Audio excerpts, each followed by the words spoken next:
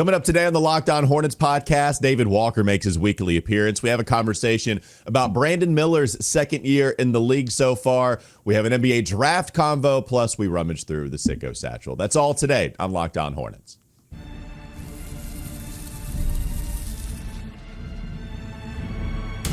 You are Locked On Hornets, your daily Charlotte Hornets podcast. Part of the Locked On Podcast Network, your team every day. In a minute, cuz we live.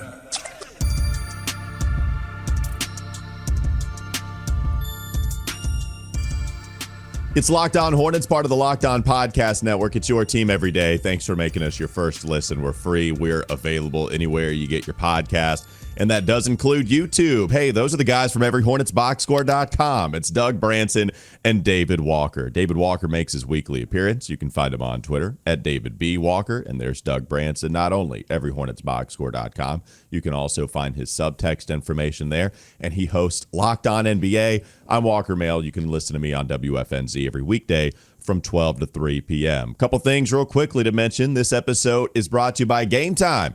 Game Time? Game Time? Download. That was good, guys. Oh, this is going to be a great show. Download the Game Time I figured app. it out. There's a slight delay, and so I have to go a little bit earlier than I think I do. I'm starting to figure this out. Well, it wasn't me that you matched it with, but you and David were perfectly in sync, which is good. still great. So you guys both had that perfect job with the Game Time stuff. Download the Game Time app, create an account. Use code LOCKEDONNBA for $20 off your first purchase. We appreciate Game Time. Plus, do want to tell you that this podcast now has a newsletter. Introducing the Locked On Hornets Daily Newsletter. One stop for ultimate team and league coverage delivered right to your inbox. Sign up for free right now. LockedOnDaily.com. That's LockedOnDaily.com. Start your day with the all-new free Locked On Hornets newsletter. We mentioned it yesterday, talking about the Suns game, couple of Suns contests because of the rescheduled LA games against the Clippers and the Lakers. But we mentioned yesterday that we wanted to have a Brandon Miller conversation. I think it's time. Here we are, 26 games into the season, into Brandon Miller's second season in the NBA.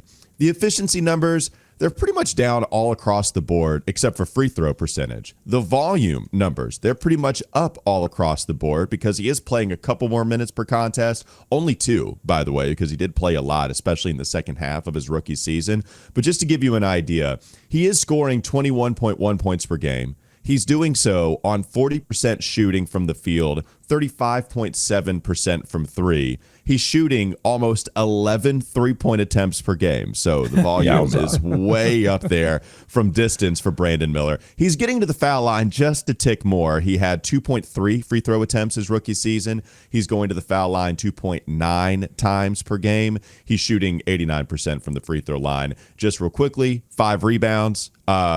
More assists, 3.7 assists per contest, and that's up from the 2.4 that he averaged just last year. Those are the raw stats that you get from Brandon, but I think the takeaway is a lot of the efficiency is down, yet the volume is up.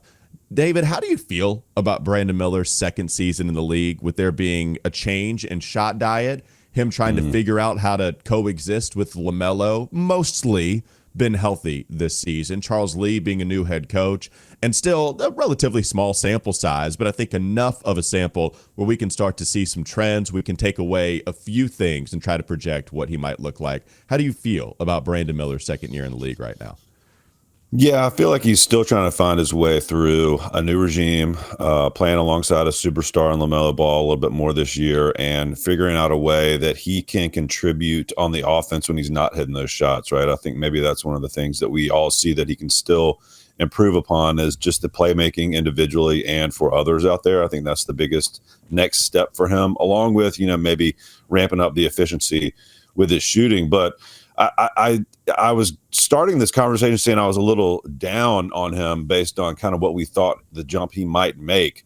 But when you just look at the raw numbers, not accounting for the efficiency, 20-point scorer, has been a focal point for opposing defenses at times this year too. Yeah. So I think that's something you have to get used to as well.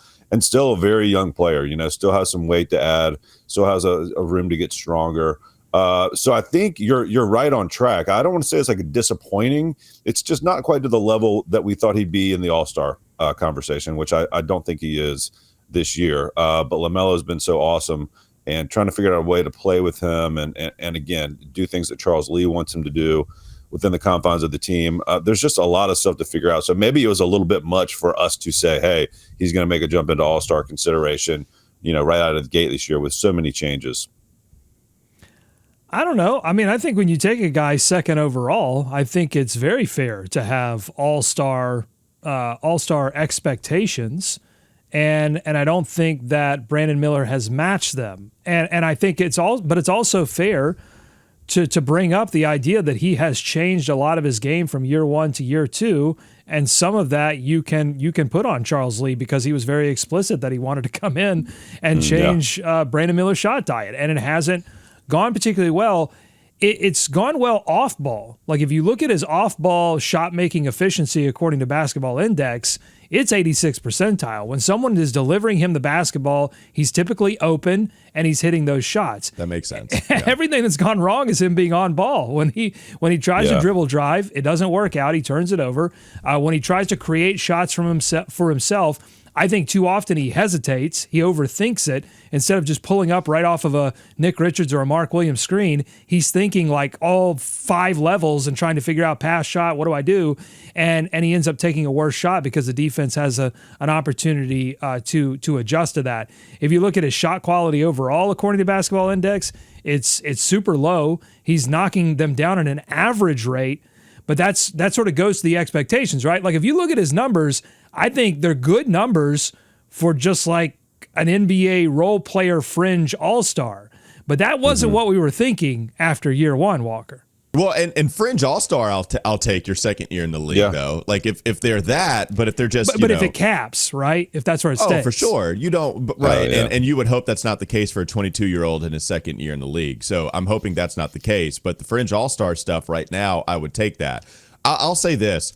With you mentioning the difference between the stats off ball to on ball, this is the time to figure out all your on ball stuff, man. When the team is not going to go deep into the playoffs and you draft a guy second, what you could do is you could just accentuate the strengths of one Brandon Miller and continue to have him in a role off ball and he flourishes and he's in the 80th percentile or above in all these advanced metrics, and then his efficiency goes up and it looks like a pretty basketball reference page, and then we'll all start to feel good. We could do that and just accentuate the things we already know he does well and we think he's going to do well in the future. Or you could take this year where the team clearly, at least now, is not going to make the playoffs, and work on the stuff that would make him an infinitely better player in the future when it really matters, when they are playing for playoff spots. And I like that they're taking the step towards the latter. I like that they're saying, all right, Brandon, this is what it's going to take for you to be an all-star, for you to just be able to do more stuff. It's great that you have this off-ball gravity. The guys can kick it to you, and you can feel good about Brandon making that shot.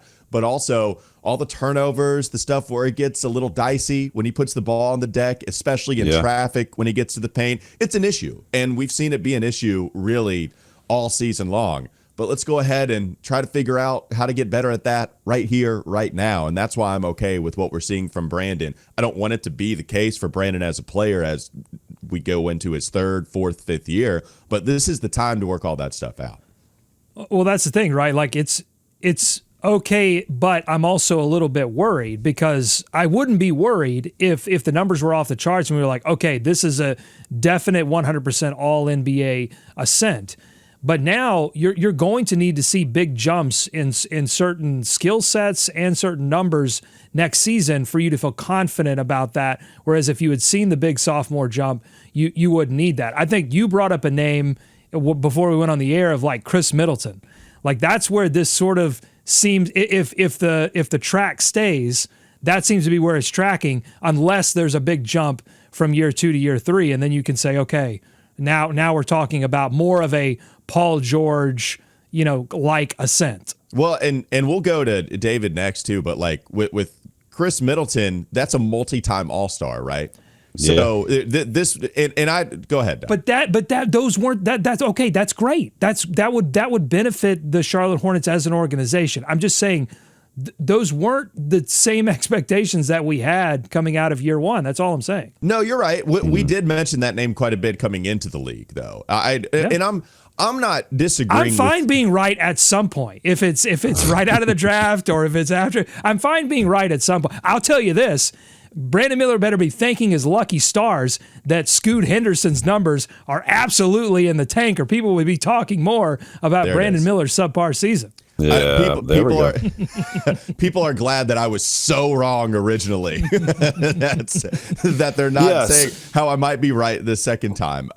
No, the numbers aren't great. When we had our high end expectations for both LaMelo and Brandon, the two most important players on this team, we talked about LaMelo messing around and possibly getting into all NBA territory. Injuries, and I think play since he's come back from injury and team results are taking LaMelo out of the all NBA stuff, but he's going to be an all-star. Brandon, we've seen players make that jump to all-star territory their second year. We've also seen players take a dip because now, like, okay, we're going to put these rookies in situations that allow them to succeed. And then their second year, we're going to throw a lot more at you and see how you can handle it. So this is the whole improvement isn't always linear thing, right? Like, I think we're seeing that. I'm hoping, of course, that we're seeing that with Brandon, but I do have some confidence that it might be what we're seeing. What you think, Dave? Yeah, I think we've seen Brandon do some of these things in different settings, so maybe not quite as difficult as they are right now or not quite as new. That's why I still have hope for him hitting that, all-star peak or getting into all NBA territory. I just think like this year he's figuring more stuff out than maybe I had accounted for that he would have to. And like when LaMelo's off the court, yeah, those shots are going to be horrible for everybody. Basically, the Hornets offense just goes in the tank with the injuries to the backup point guard position and the spotty play there. And when LaMelo's not on the floor. So I think Brandon's figuring out a lot of different stuff this year, still putting up points, right? Still getting some buckets. But I still have hope that he can reach that platform and hopefully he has a good end to the season, maybe get a little break around the All-Star break, figure some things out. I just think it's going to take maybe another off season, right? Of really grinding down, really being with Charles Lee, get in the lab, and figure out ways to individually get better. Because like you said, still only 1 year in college, still a young guy and still got to add pieces to his game, which I think he can. So that's how I'm hopeful that he can kind of hit some of these peaks that we talked about early on. But, it's weird that we're looking at it feeling disappointed because I don't really correlate the Hornets' failure directly with Brandon's play, if that makes any sense. Like, I don't think like this record is his fault per se. I guess if he was playing a little better, they may have picked up a few more wins. But I'm still firmly in the camp of, hey, let's build around these two guys because they're going to be special. Yeah, he's still in whatever is the most untradeable player category. He's still in that. It's still LaMelo. And it's still Brandon as the guys that you do not want to trade. That not only are you not calling teams to see if you can get off of them, but you're also not really even entertaining teams unless they come with a monster package in return to trade for Brandon Miller. And he's still firmly in that category. We're all agreeing on the same thing, which is that he can make the leap. It's just the canyon got wider as a result of this season. I don't think that opinion is going to change in the second half of the season. He might take a sudden, mid-season jump, but the canyon is wider all of a sudden. No, yeah. And one stupid thing I did was I may have come out and declared this is Brandon Miller's team at one point in the preseason. That was wrong.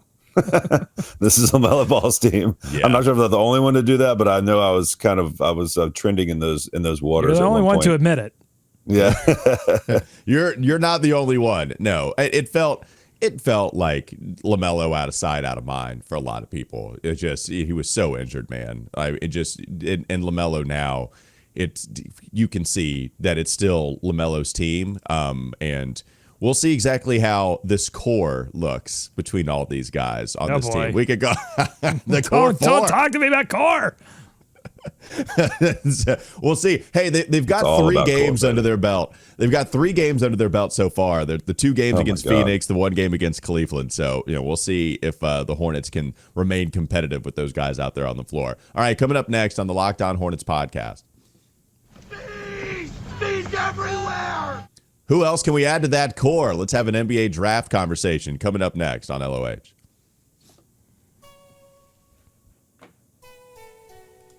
Before we get to some NBA draft talk, I do want to tell you that this episode is brought to you by Wayfair. After the holiday hustle, there's nothing like giving your home a little TLC. I always find that decluttering and refreshing my space helps me get back into a routine. Literally just did this yesterday, and boy, it felt so soothing. It felt cleansing. I'm with you, Wayfair. Whether you're tidying up, clearing out, or just want to give your space a new look to start the year, Wayfair has everything you need, all within your budget. There's something for every style, every home, no matter your space or budget. Wayfair makes it easy to tackle your New Year's home goals with endless inspiration for every space.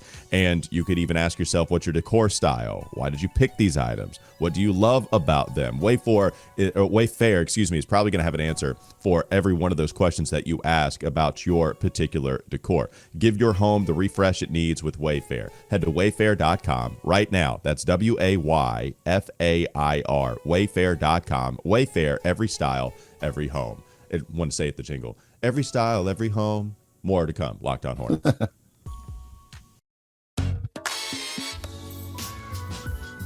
Little NBA draft combo now. Look, yeah, this is the territory we're in. This is also the host you have. Did you think this would be who had January? On their bingo card. I think if you didn't, you're a fool. Like, what past evidence would suggest that we would not be talking about the draft in January? I mean, maybe all of us are fools because I don't know if all of us we're sick, had us for sure. I've already said. So that's it. So maybe we're not fools. Maybe sick is the right way to describe this. But it is January 14th, and Doug said yesterday, hey, maybe it's time for an NBA draft conversation. So this is your team. This is your host, too. Remember, Doug Branson is the one that loves to comb through NBA mock drafts at his leisure. I don't know if you've done that, Doug. I do want to know what kind of NBA draft conversation you want to have surrounding this team. Oh, you know I have gone through the mock drafts, my friend. In fact, I've got Tankathon pulled up right now. Let's go ahead and sim that lottery. Here we go. And the Hornets, my first lottery sim. They get the number 1 overall selection. I'm not even kidding you. I can't screen share right now. You're just going to have to believe me that this is not acting for the show. The Hornets move up 2 slots. They're right now slotted at 3. They move up 2 slots, and they select 6'9" freshman out of Duke University, 205 pounds, 22 points per 36 minutes. It's Cooper Flagg. We're saved. We are saved. So what's funny is, but here we are. It would obviously be an amazing thing if the Hornets got the number 1 overall pick. And yet me and David were both not celebrating with Doug, who acted like he just won the parade because we I just won the lottery. You're right. And you should be happy about that. We're not over the grieving process at this point. And so I think now we're just kind of looking at our phones, looking at our computer screens. Yay, we won the lottery on the first time. But clearly, winning the Cooper Flagg sweepstakes would be an amazing thing to happen to this franchise. David, I know you watched a lot of ACC basketball. I can't tell you a lot about Ace Bailey, Dylan Harper. I know is another name, Rutgers right? boys. Those are the names that are up there. I can tell you about Cooper Flagg. I don't know if you've seen what I've seen, but Cooper looks to be the real deal, and I would absolutely take him number 1 and be very excited about it. Yeah, what's insane is that he reclassed, right? He should be in high school still, and he's out here dropping, 42? He's only 17. He's only 17. We're going to be saying, by the way, if the Hornets do draft him, we're going to be saying he's only 17 for like 7 years. Yes. Can't wait. Yeah, he's the real deal. I mean, he is the prophesized. He is the one that have been promised. So, I mean, he's the prize that everybody's shooting for. I'm a little surprised, like, I've seen a little bit of is he still the number 1? Maybe that goes away with that 40-point bomb he put up over the weekend. But the Rutgers guys are the other 2 guys that I think are interesting, which I think is a reason that Hornets should be excited for this draft, kind of regardless. Obviously, they want the number 1 pick, but I think there's some good talent in this draft that they can add to their roster. The Rutgers guys, as I mentioned, but yeah, Cooper Flagg is the prize. I mean, it sounds like a franchise, changer, and you slide him into this lineup here, and you're on track. You're doing things. You get a little lottery luck, and hopefully the Hornets will. Feels like he's destined for Utah for some reason, but we'll see. I don't know. For some reason, I can't quite put my finger on why. he feels destined for Utah. It does seem like, at least, again, very surface level. Surface level is too deep for even what I'm trying to describe. But, just knowing some things about the NBA draft, I have not grinded out the film at all quite yet. But it feels like maybe Cooper Flagg 1 right now, maybe even a small gap with the way some people are talking. Dylan Harper, Ace Bailey, VJ Edgecombe from Baylor seems to be in that mix somehow, some way.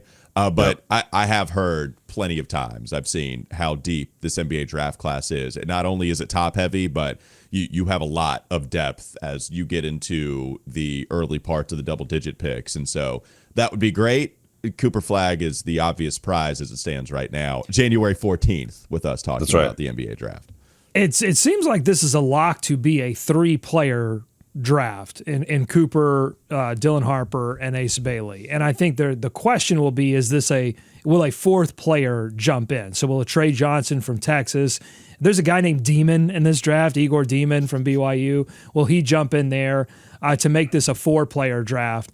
And again, the lottery can go a lot of ways. You can drop a few spots, but the Hornets right now, record-wise, are comfortably within that top 4 space. And a lot of these players, I think, do project as two-way players. I think Dylan more on the offensive side, Ace and Cooper certainly on the defensive end of the floor. And then you've got a couple of guys that are like super effort, I feel like Lee-type prospects and VJ Edgecombe. So and Trey Johnson too can light it up and has some defensive prospects as well. So I think wherever they land, kind of 1 to even 5, I think sets up to draft a player that would fit the Lee mold, and you wouldn't be stuck, having to. And this is a good question as well for you too. Like, if they get top 3 pick, you don't trade that pick, right? No, I don't think so. Not in this draft. Not with this team. And I'm talking about like packaging it with a couple of the other first round picks that they have to go and get somebody. I feel like if you get to 4 below, then I think you can start to ask that question about like, hey, maybe you package that for an actual NBA prospect. But if you got top 3, I think you have to go after one of these guys. Yeah, 100%. What about the other guy from Duke? Well, there's a lot of other guys from Duke. But the shooter, right? What's his name? Kneppel, yeah. And there's the Malawash too. Like, there's so stupid. Sorry. Oh, dude, no. You have to. I tried to put "meh" on it and instead of going straight to the body part, but you can't help but think about it anytime you mention his last name. No, I don't think he's going to be up here. It doesn't seem like he'd be up here. Shooter though, right? Yeah, he's a shooter. That's what he is. Yeah, they've got him at 9 right now on Tankathon, and then right below him, the center, 7'2", 250. That's bigger huge. than. Yeah, he's a huge dude. He's bigger than Mark, right? Like just thicker than Mark, right? Thicker, yeah. Yep. So one question before we move on to the last segment. There was pain when Doug and I did the NBA lottery show live. And the Hornets were awarded the 2nd overall pick. But then we started to be excited a little bit because we were going to get Scoot Henderson. And we were excited about that. So instead, I don't know how excited I was. We'll have to check the tape. I'm not sure. We'll have to take a look at that. You were the one that had to talk me off of the ledge. I saw Wemby in purple and teal, and then you were like doing a good job as a host, bringing people back in. Okay, wait, okay, Scoot, this is still good. You were the one saving the bad feelings of the pod. You know what? You're right. I remember. And in fact, I'm still not going to apologize for it despite his terrible sophomore season. You know why? Because Portland is ruining him. Alternate university gets drafted by the Hornets. Lamelo Ball probably a little bit healthier, and Scoot Henderson just is amazing. So I'm not going to apologize for that either. Perfect. This is not what I wanted to set up at all. I apologize to the listeners. What I wanted to set up instead was we missed out on what clearly was this generational 7'4", 7'5" cyborg freak point guard, right? So, what would be nice is if you miss out on that, but you make the right decision with Brandon Miller at number 2 overall, and then it might take another year, but you win the lottery again, or you win the lottery this time, and then you get Cooper. So to have Brandon Miller and Cooper Flagg as your 2, 3, and LaMelo as your 1, where everybody's 6'7" or 6'9", 6'10", 1 through 3, and they're all skilled. That's okay. Okay, Right. gods. I will take another painful year of losing out on the number 1 overall pick if you promise me we get Brandon Miller and Cooper Flagg and Lamelo Ball and, I mean, whatever, 4 through 5, right? Like, I'm hoping Mark is a part of that. We'll see what happens 4, but 1 through 3, yeah, baby, you're feeling very good about the future of this squad at that point. And that's what I've been saying all along. Forget this nice practice facility that the ownership group is investing in right now. Take that, forget the practice facility. Take that money, put it in some suitcases full of cash, and bribe whoever you got to bribe to get those ping pong balls to fall your way for once. Be so. Hey, there's a guy in here named Derek Queen, center out of Maryland. He's projected to go 14. Dairy Queen? I love Dairy Queen, exactly. Yep, if they're not doing that, are people doing that? Do you know? Because that seems like just right there. That seems we need to scoop him. Yeah, it's a franchise, changer. Speaking of someone who's not going through a sophomore slump, that would be Wemby. So he's good as projected. He's doing well in San Antonio, but it's going to start getting really, really, it's the lens is really going to be focusing on this draft once we get past the All-Star break, I feel like, and they got to do all they can. One more thing from Tankathon here. 33rd overall pick that goes to Charlotte. They're projected to take 6'6" senior out of Colorado State, Neek Clifford. You think any relation to Steve? I don't know. I'm going to guess. I have no clue. I'm going to say no. How about the Dominic Wilkins? No. Maybe he is related to Steve Clifford. If so, that guy's a grinder. Like, I just want that guy to get some sleep, and I want him to rest because, he's in the film room 24/7. Coming up next on the Locked On Hornets podcast. He's everywhere. We'll get to some Sicko Satchel questions. This has been a sick show, it feels like. It's still to come. We'll cap it off with another sick segment on LOH.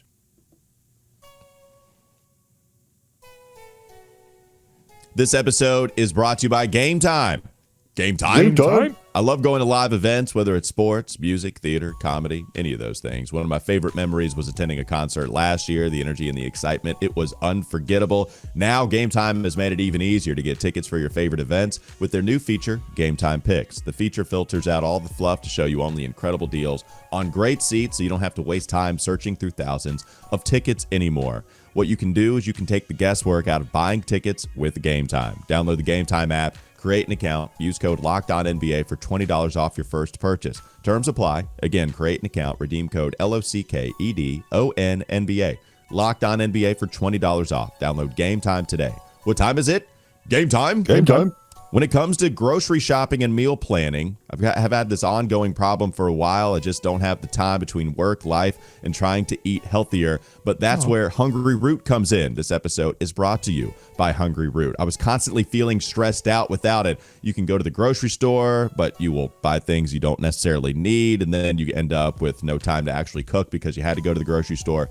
And sticking to health goals, it's really tough. That's a struggle as well. Everything changes when you go to Hungry Root. Honestly, it's been a game changer. It's the easiest way to eat healthy without all the stress. And with Hungry Root, it's like having a personal shopper and a nutritionist all in one. They take care of grocery shopping, recommending meals and groceries based on taste and health goals, from anti-inflammatory to high protein and gluten-free options. And the best part, every meal is ready in 15 minutes or less. I'm talking quick, healthy meals that actually taste great, all delivered straight to your door. It's been a huge time saver and has made healthy eating so much simpler. You're going to love Hungry Root as much as I do. For a limited time, get 40% off your first box and a free item in every box for life. Just go to hungryroot.com/LockedOnNBA. Use code LockedOnNBA. That's hungryroot.com/LockedOnNBA. Code LockedOnNBA to get 40% off your first box and a free item of your choice for life. Wow, it's an incredible deal.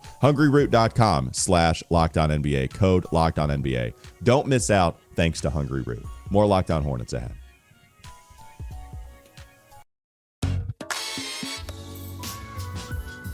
Sicko Satchel time. We've had some questions. They started to load up over the last couple of days. It's time to alleviate the stress of the Sicko Satchel. How many questions you got for the people today, Doug?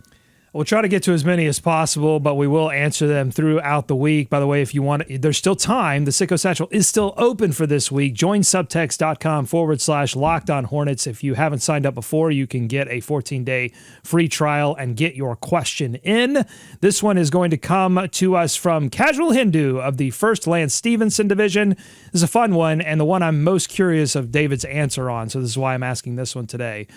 Yes. Would you rather win a one-off Mickey Mouse championship and then fade back into irrelevance for a couple of decades, or have continued success, always getting knocked out in the playoffs, but never win a championship? Both of these obviously happening within your lifetime. So, David, do you want that one taste of glory, but you know that you're going to be irrelevant for the next couple of decades, or do you want to be relevant? Give me those Mickey Mouse ears, baby, all day long. I don't care how it comes. If we go back to the bubble, I'll take that. If we, I don't care how you get it. If they cancel all the games except for one and we win that one, yes, give me that championship. You can never take those T-shirts away. You can never take that banner away. I've been irrelevant. We've been irrelevant. I know what that's like. I can make it through that. So if you give me a championship, I'll happily fade back into irrelevancy. I understand that way of thinking. It's exactly what hit my brain first. But then I thought about the adage of it's better to remain poor after you've been poor your whole life than to be poor, get rich, and then go back to poverty. Because now you know what it tastes like to be rich, and then to go back. Now it feels like it's a whole other level of despair and depression. So do I just want to keep chasing my tail, getting close via second round or conference championships? Another thing that we've never reached at this organization. Do I just want to keep getting close and remain relevant? Or do I want to become rich? Do I want to win the lottery and then blow it all on all these unnecessary things and then not have enough money to pay my bills anymore? I kind of want the championship, but I think the logical Walker would win out in this scenario and just say, hey, let's remain relevant. Let's go with the boring answer and sacrifice the Mickey Mouse ears. I don't kind of want a championship. I desperately want a championship. When I saw the ticker tape falling down on a tearful Giannis embracing his head coach after winning that championship, all I could think is, I want that to be us so badly. I want it to be Lamelo Ball or Brandon Miller hugging their coach and saying, yes, we finally did it. We climbed to the mountaintop. And so I desperately want it. And yet I think I tend towards wanting to be relevant because irrelevance has been it's been so taxing on all of us mentally. It's why we call people sickos. Because it's not like it's not the same as being a bad team. Being irrelevant means you're a joke. It means you never get talked about. It means when you do get talked about, you just get made fun of. And it is just so taxing. I will take the glory days of the Hornets getting knocked out in the second round of the early aughts, late 90s. Those were great days. So great, in fact, that this franchise cannot stop itself from hanging on to the nostalgia of those days. But honestly, of those two choices, I would take that. And I tell you what, I don't trust this organization, if they did win that championship, not to just completely throw in the towel and lean on the nostalgia of that and just sell that into the dirt. And so that would make me angry too. I want to take the continued relevance, even if I knew that it was going to result in pain at some point in the playoffs. That crossed my mind as well. I think the championship and then never being relevant again, that we would hold on to it. It would keep us from living in the present. And it's already really hard to live in the present with this team. I want to live in present times with this squad, but I do want the championship. It'd be great to have the LOB and then just to constantly lean on the 37th anniversary. Hey guys, it's the 37th anniversary of the championship team. Let's celebrate. All you need is one, and you are written in history. Okay, your name goes down in the history books. You're not. That's what Toronto is dealing with right now, right? Exactly. I mean, they got theirs, and it took a sort of Kawhi Leonard hack. I mean, I guess that's the Mickey Mouse aspect of this. Do you want the Hornets to find that one neat thing that gets you an NBA championship, and then you have to go back to figuring it all out again? It's tempting, man. It is tempting. Check with the guys at Locked On Raptors, and you ask them, would they give that back right now for, okay, fifth the place answer is, in the East. but the answer is going to be no for them right now. But that's the part of this question. If you said, okay, you're going to be irrelevant for 5 years, you're going to be irrelevant for 10, but if multiple decades, I think if you asked Toronto and they're in the same place 10 years from now, if you ask Sean Woodley, he'd say, I'd give the championship back for just a taste of those old Raptors days where we got into the second round and got knocked out. It's a tough question. That was Casual Hindu, because nice job. That's a tough question. All right, what's next? All right, well, let's see. I want to get okay, let's do this one. Anita of the 24th Plumlee Division says, now that the team is mostly healthy, should Tijan Salon still be a rotational player, or should he be developing in the G League? Yeah, good question. Go ahead. How many wins are we up to right now? 7? 8. We have 8. 8? Yes. By the way, everyhornetsboxscore.com. I took Sunday off. Yeah. Keep playing him. They're not doing anything this year. Get him competition. He's getting playing time. Playing time is the most important thing. Yes, having success and having some small victories individually is good too. But yeah, as long as there's room for him to play and he can be with this team, it wouldn't shock me if he goes down there for a little bit, right? But I think if there's room for him and they can find minutes for him, and he's proven to be an NBA player. I think we can say that confidently at this point. Get him NBA minutes on the floor. Yeah, I mean, the minutes are dwindling. So the last 2 games, he had 11 minutes against Phoenix. He had 6 the second game against Phoenix. So they're starting to be taken away with the guys getting healthier and having better conditioning too. Because he did play over 20 against Cleveland, but you're also talking about a double-digit outcome where they're not going to win that game against the Cavs. I guess they got close enough, but even still, Cleveland was going to kind of like scrappy to him, keep him at arm's length. So I do think that Tijan, I would like to see him play. I just wonder what Charles Lee is going to do, because the minutes are coming down fast. Like, he just posted a single minute digit outcome for the first time since December 5th. So we're talking about a month's worth of time when they played and lost by 20 to the Knicks. But I'd like to see him as much as we can. Yeah, none of the players that got healthy were power forwards, So, I mean, it was like, I guess Mark, he probably was getting a little bit of extra time as a big because Mark was out. Oh, for sure. But so, yeah, if the minutes are going to dwindle like this, then I would much rather see him in Greensboro packing big minutes and getting some good reps against easier competition, because what's happening right now is beginning of the fourth quarter, it was LaMelo, it was Tijan, Nick Smith Jr. was out there, and they cannot function as an offense. This is a conversation that I had with the guys from Locked On NBA. We had it off air because, we can't. It's tough to program the Hornets right now on a national show. You guys didn't prioritize the Tijan Salon segment on Locked On NBA. I try to work it in there whenever I can, secret, stealth-wise. I try to get it in there, but the thing with the Hornets right now, because we were having a Lamelo Ball discussion off air about like how much should he be lifting this bad team up versus how much should we be giving Lamelo a break because it's a bad team. And I'm like, guys, this isn't a case where there are bad players, but they're playing functionally. When Tijan is out there, when Nick Smith Jr. is out there, when Cody Martin and Josh Green, who have been kind of zeros to negative offensively for them, when they're out there with LaMelo Ball, they cannot function as an offense. There's nothing that LaMelo Ball can do to make that work. And so, that's why the minutes are dwindling for Tijan. He's reached the limit of what he can do without an offseason to figure some things out. So my answer is get him down to Greensboro as soon as possible. Yeah, and if he's not, this is right, when you're not hitting shots, what are you doing? We had him ahead of schedule because I think we were all pretty surprised about the shot going in Summer League. And he had a few times where he had a good percentage from distance. But if he's not hitting those corner threes or threes anywhere on the three-point line, to be honest, then it's going to be tough. He'll give you the occasional spin move, and boy, we'll eat it up because we see flashes of what's to come or what we hope is to come. But if he's not doing the shot making consistently, it's going to be tough for him to contribute. I'll tell you this much. Go ahead. I'll tell you this much. If he's in Greensboro, I do want to see some of those, because if he's not afraid to shoot these NBA shots, my God, he's going to put up 40. You're right. You're totally right about that. All right, you want to end it here? Or do you want to ask one more rapid fire question? Let's end it here. No, Okay. that's it. Let's end it here. We'll get to some more of the Sicko Satchel. Sickos. You sickos. Those are sick questions that you asked us. A championship and then decades of irrelevance, or constantly chasing our tail with the hopes of getting to the LOB but never getting there. Those are sick, depraved thoughts, and that's why we love you. Thanks for making us your first listen here on Locked On Hornets.